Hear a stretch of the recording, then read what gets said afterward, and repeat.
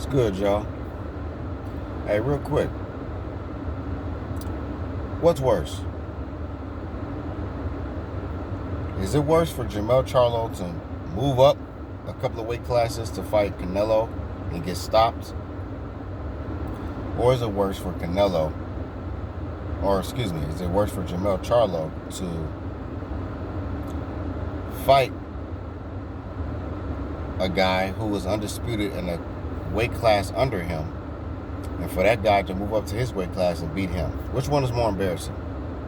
Getting beat by Canelo, who's 2 weight classes higher than him, or getting beat by Terence Crawford, who came up 2 weight classes under him? Or, he actually started off at 130 or 135, then he went to 140, became undisputed. Then he just recently became undisputed at 147. And now he can challenge Jermell at 154.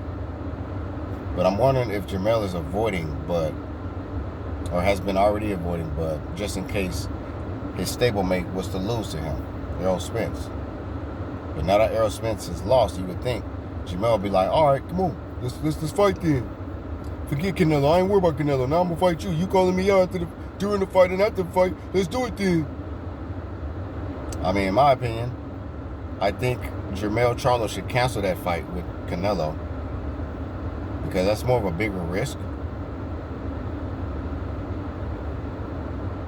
And you would think he would probably, in some experts' eyes, even though some experts predicted Errol to beat Bud, but I think more experts would probably predict Jermell Charlo to beat Bud, even though I wouldn't predict Jermell to beat Bud. I think Bud would beat him probably just as bad, if not worse, than Errol Spence. But should Jermell Charlo cancel the Canelo Alvarez fight to go ahead and challenge Terence Crawford and defend his undisputed titles against Terence Crawford, since he's going to move up anyway? Or should he just ditch his own weight class, leave his belts hanging in the air, and just move up to a couple of weight classes to fight Canelo and to try to challenge for his undisputed titles? Like, if you lose, how's that helping you? That was like when Kell Brook moved up to fight Triple G, only to get obliterated, and then come back. Then he came back down. Then he got stopped by Errol. That's gonna be the same thing that's gonna happen to Jermell. Jermell's gonna try to run up and fight Canelo. He might very well get stopped. Then he's gonna try to come down and fight Terence Crawford, and then Terence Crawford gonna stop him. But then it's gonna be the same kind of excuses.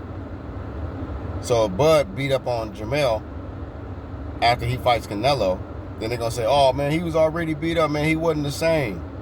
All right, then, well, then save everybody from saying that and just fight Bud Crawford first. Forget Canelo. Canelo, he's been up and down. You don't know what weight class he's going to fight at. You're wasting your time fighting Canelo.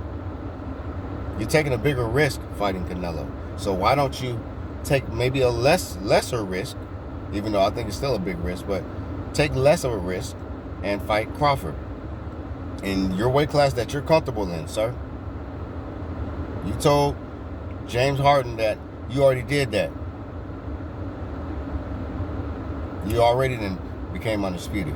You undisputed at 154. All right, so you defend your undisputed titles. You already induct Tim Tszyu. It's like you're trying to avoid Tim Tszyu. You're trying to avoid anybody else in your weight class, and you're gonna run to Canelo. So since you ain't man enough to fight nobody in your weight class, why don't you fight somebody that's gonna move up to your weight class, who's not naturally in your weight class? At least stick around for Bud Crawford, at least. Since you're not going to stick around for Tim. With Tim Tszyu, he really deserves to have that fight with Jermell Charlo. Clearly. I feel bad for Tim Tszyu because he deserves the fight. He had to fight 2 other guys. He fought Tony Harrison to try to become the mandatory, or whatever the case may be, for Jermell. And then all of a sudden, Jermell allegedly fakes a hand injury, and so he has to fight another guy. I forget the guy's name, but he stopped that guy.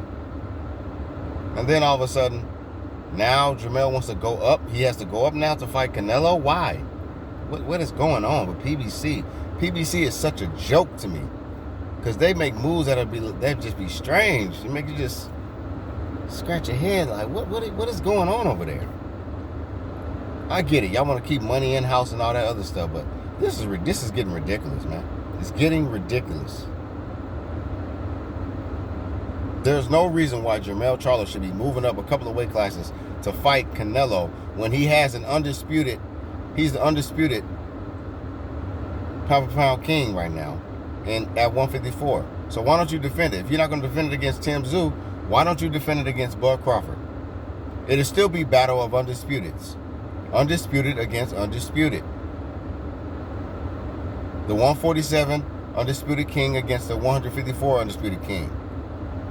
That makes more sense to me, rather than the 154 undisputed king against the 168 undisputed king?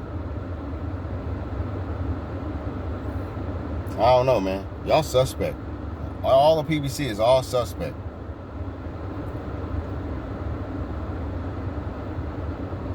But what do y'all think?